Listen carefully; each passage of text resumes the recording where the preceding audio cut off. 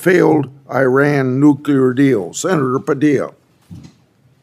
Well, thank you, Mr. Chairman. Appreciate the opportunity to participate in this hearing today, which is our, at minimum, annual opportunity to ask questions as we fulfill our obligation to provide accountability over the Department of Justice. So just sort of to level set a little bit for folks in the audience and for folks watching at home, the Department of Justice is supposed to be the nation's guardian of fairness and the rule of law. The power of the Department of Justice is built on public trust and a belief that prosecutions are based on facts and law, not on politics or personal loyalty. And I call that out, Mr. Chairman, because when that breaks down, when the public trust breaks down, then justice itself is at risk. But under this Trump administration and the leadership of Attorney General Bondi, I believe the independence of the Department of Justice has come under attack. The department has been reorganized, it's been realigned, and repurposed in ways that we've never seen before. Important offices have been closed, key programs dismantled, and agents diverted, all without congressional authorization or transparent justification. Now, these are not minor bureaucratic changes. They represent a fundamental shift in the Department of Justice's missions and priorities, its policies, and its practices. Now, for example, career prosecutors have been pressured to change decisions in politically sensitive cases. Ethics oversight has been taken away from independent career professionals and handed to political appointees with little experience in these matters. Internal working groups have been created to revisit investigations involving President Trump and his allies. And together, these steps send a dangerous message that prosecutorial decisions can be driven by political loyalty instead of the law.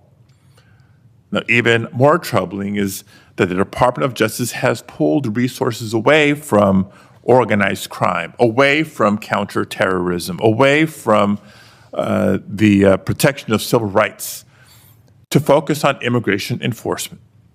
The American people expect a Department of Justice to pursue violent crime, as do I, to pursue corruption and threats to national security, not to serve as an arm of immigration policy, and in so doing, under-resource other critical missions.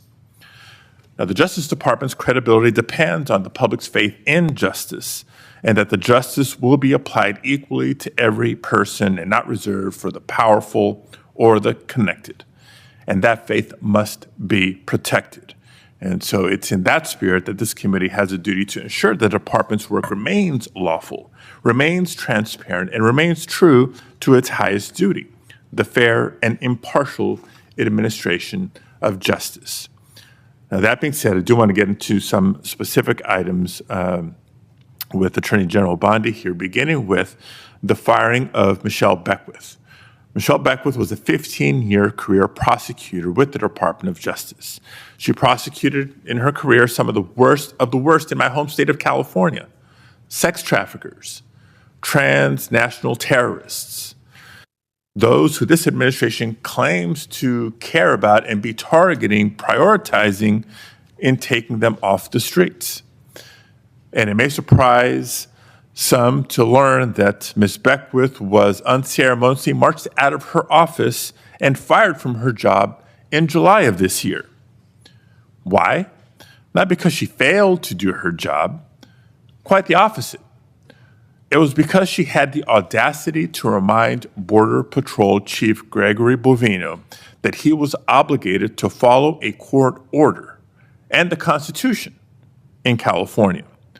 According to reports, she was fired less than 6 hours after she told Bovino he couldn't arrest people without probable cause. 6 hours. So my first question, Attorney General Bondi, is a simple yes-no question.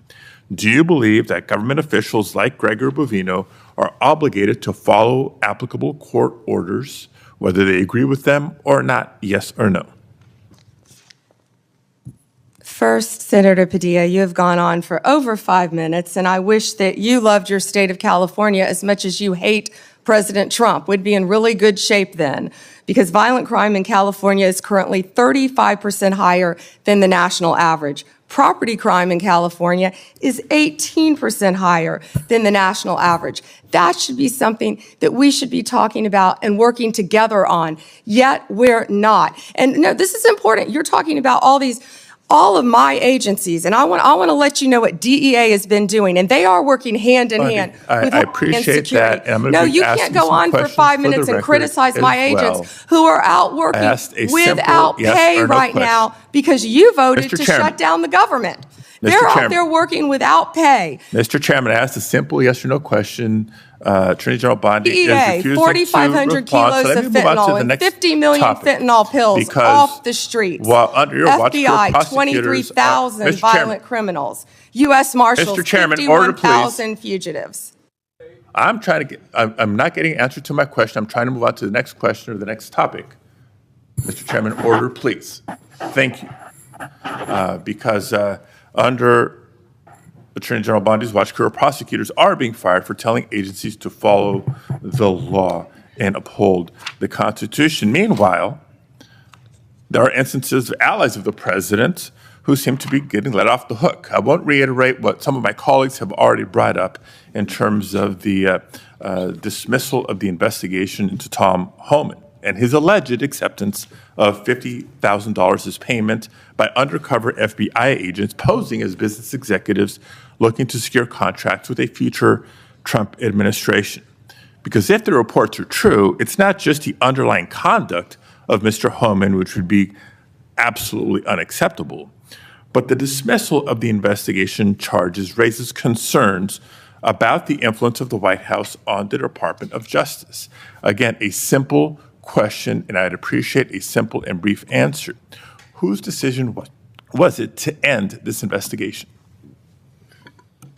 I have answered that question multiple times, yet you didn't have the courtesy to be sitting in here for the hearing. I'm not going to answer it again. And I find it interesting that you want order in this proceeding now. Excuse me, Senator. Then you I'll want ask a order in follow-up this question. proceeding Mr. now. Chairman, order, you sure please. didn't have I'll ask a order when follow-up you question. stormed Secretary Noem Mr. Chairman, at a press conference Mr. Chairman, in order, California, please. did you?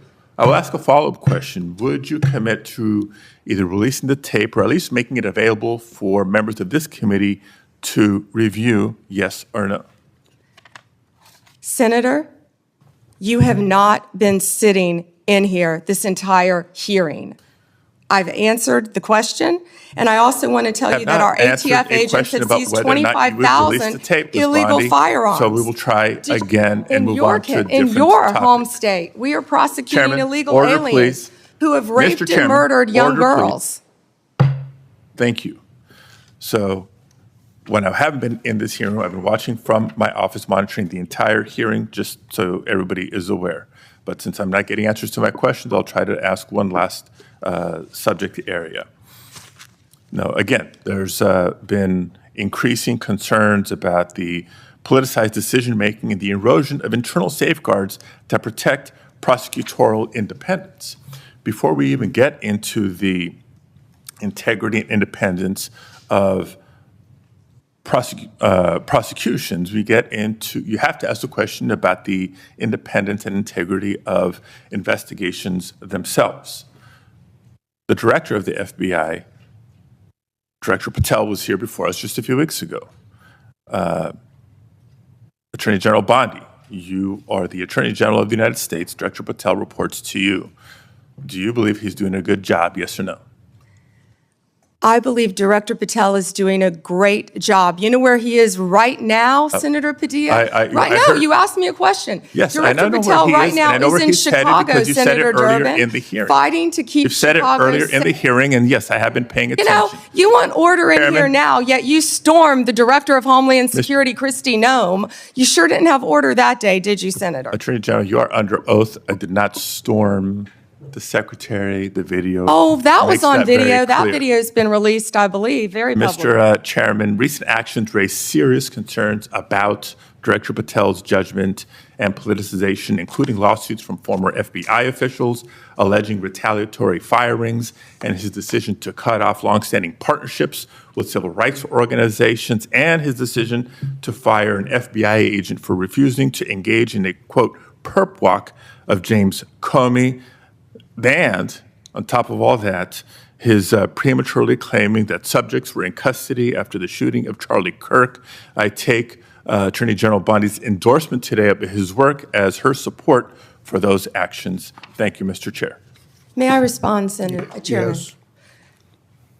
Under Director Patel, 23,000 violent criminals have been arrested, a 91% increase over last year. More than 1,500 child predators have been arrested. We are making cases in your jurisdiction constantly in California, and I wish you would care about those cases. We have disrupted 1,600 gangs and criminal enterprises, 1,600 gangs within this country, thanks to Director Patel and the great men and women of the FBI. Senator Schmitt. Thank you, Mr. Chairman. How are you today, Attorney General? It's good to see you. Have a rough voice. I have to say, I am struck by the degree of the cognitive dissonance that I hear on the other side. It really is. I mean, I'm used to sort of the political debates and arguing in court and all those sorts of things. But to hear the other side of the dais talk about weaponization is truly shocking, given what we know now. And I thought what I might do is just tell a story. And these are 100% facts.